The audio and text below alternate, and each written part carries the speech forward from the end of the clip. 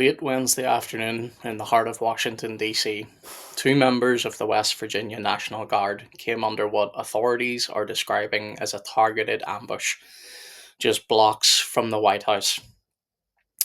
Service members of the National Guard have been identified as 20-year-old Sarah Beckstrom and 24-year-old Andrew Wolfe.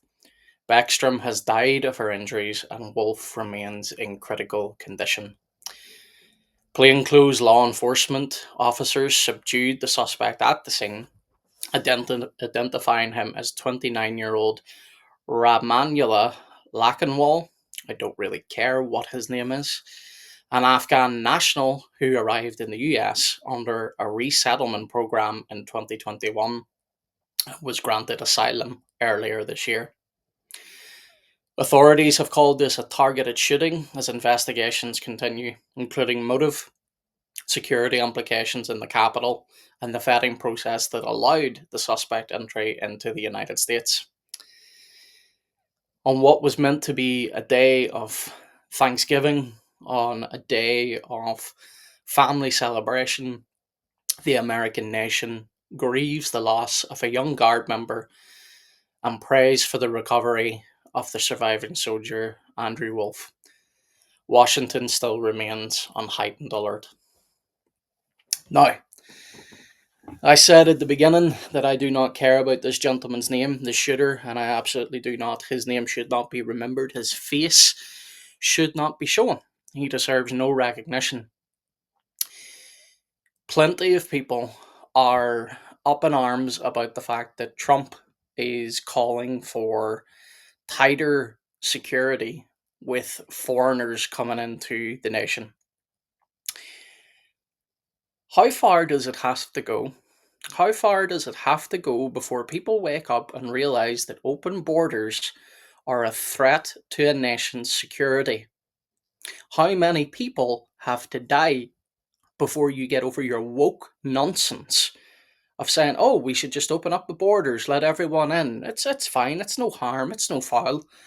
How many times do family members have to lose a loved one? How many? It's ridiculous. This isn't just about America. This is about the West in general.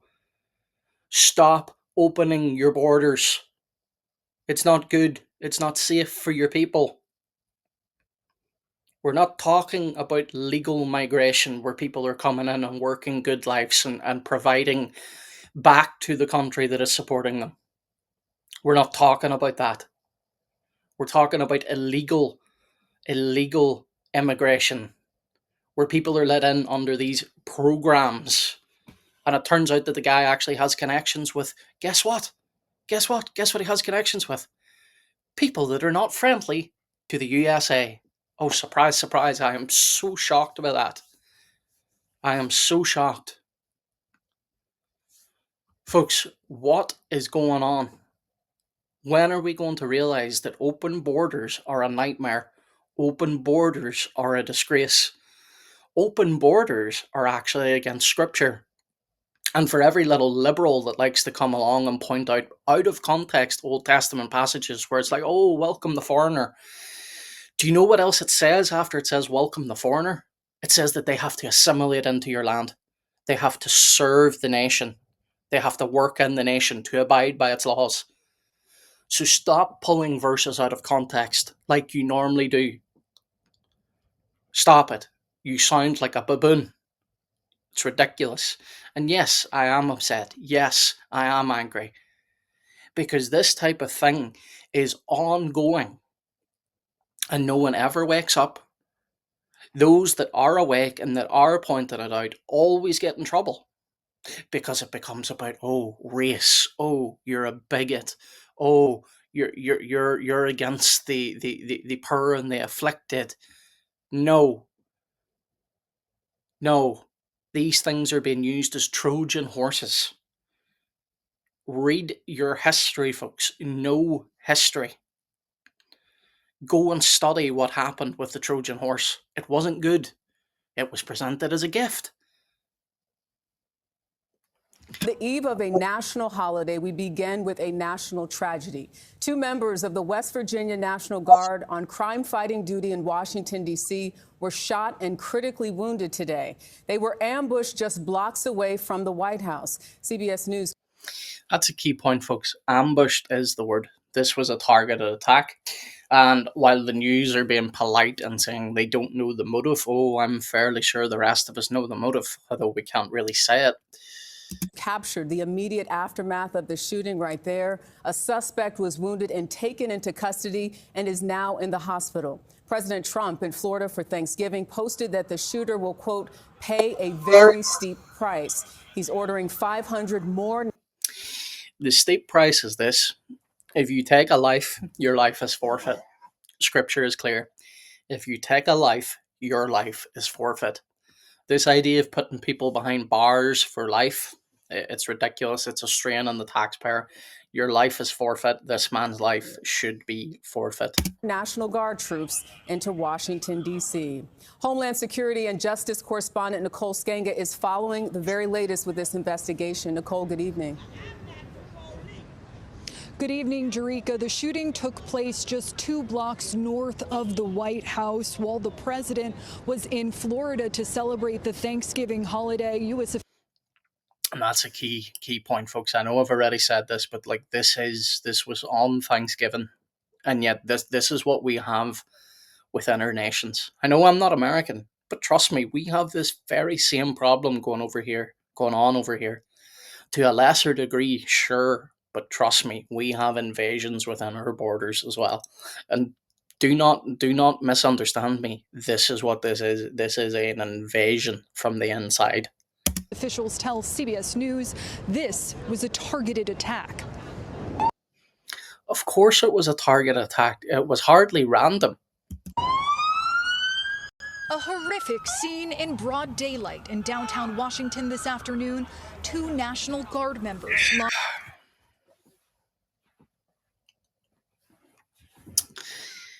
This is just painful to see. That's a young man, 24 years old, and a young woman, 20. One who's fighting for his life and one who's lost his life. Now, can you imagine their family's reactions right now? I couldn't. And look, this isn't the video for this right now because I know this is going to draw further ire as well, but women should not be in the military. Women should not be on the front lines. Women should not be placed in any form of danger where a man could happily take that spot. And I know that's going to be unpopular with a lot of you. I really don't care. My opinions are bound by scripture. And I believe that serving in the military, fighting on the front lines, is clearly the role of a man. But anyway, I digress, and it's just a shame to see this.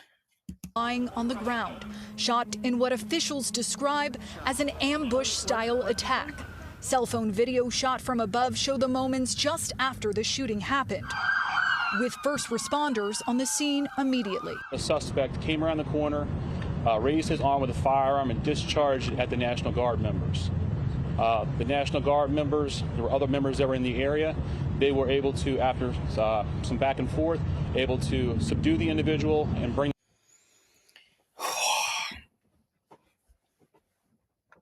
Situation like that, there shouldn't be too much subduing.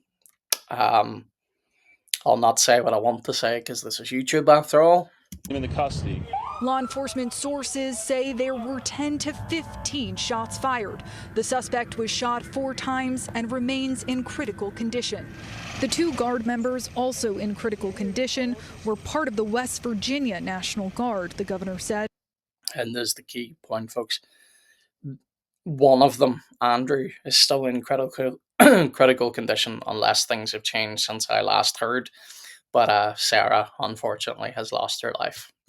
Our prayers are with these brave service members, their families, and the entire Guard community. President Trump called the suspect an animal who will pay a steep price. And according to Secretary of Defense Pete Hegseth. And this is the thing, folks. Trump's not wrong there with calling him an animal. People won't like that. But if you're going to act like an animal, you're going to be called an animal. called for 500 more National Guard members to be deployed inside the city. That will only stiffen our resolve. We will never back down. We will secure our capital. We will secure our cities. In fact, this happened just steps away from the White House. I agree. But also, secure your country's borders. It will not stand. Over 2,100 National Guard members have been on duty in Washington since the president ordered the deployment in August. Please send your prayers to those brave warriors who are in critical condition and their families. They are here serving our country. They are here protecting everyday Americans and citizens around the world in our nation's capital. They are the heroes of this day. Tonight, law enforcement officials say they still don't have a motive for the shooting.